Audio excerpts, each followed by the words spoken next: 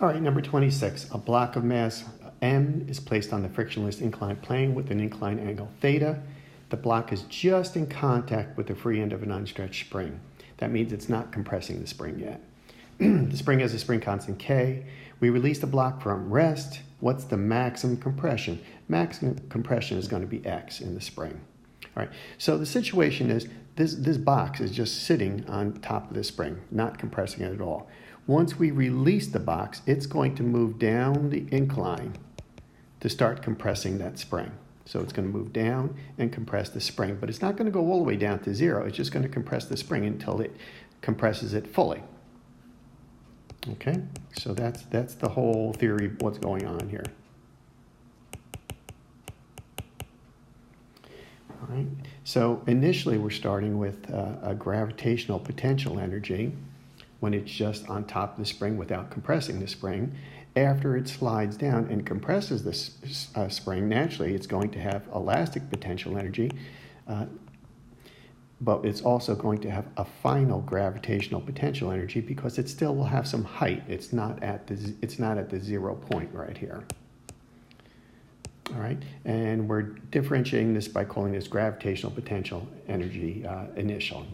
So if we say the initial energy of the system has to equal the final energy, it starts off with gravitational potential energy initially. It ends up with final gravitational potential energy plus elastic potential energy.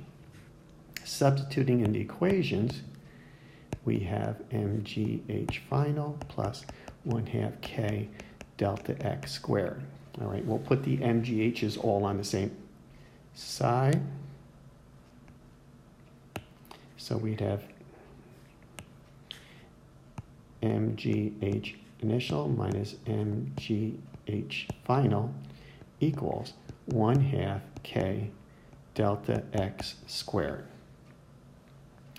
All right, we can now factor out the mg on the left side, and we'd have mg times h naught minus h final. That initial shouldn't be there. Equals 1/2 k delta x squared. What we can now do is multiply both sides by 2 and divide by k, and we're going to get 2 over k mg times h naught minus h equals delta x squared. Now what we can do is resolve h naught minus h, 2 over k times mg should be delta h, is the change in height, delta x squared. So delta h, let's take a look at that. We can say,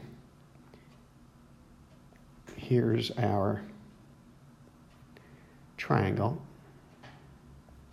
and what we're interested in is the height, this change of height right here. Right? So that would be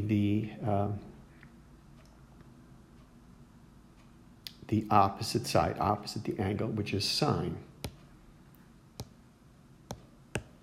So we're going to get 2 over k.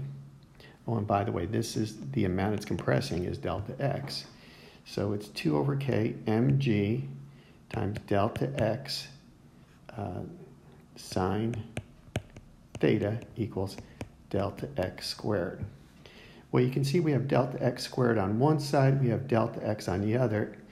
The squared on one side will eliminate the delta x on the other, and we're left with x equals 2 over k mg sine theta, which corresponds to c.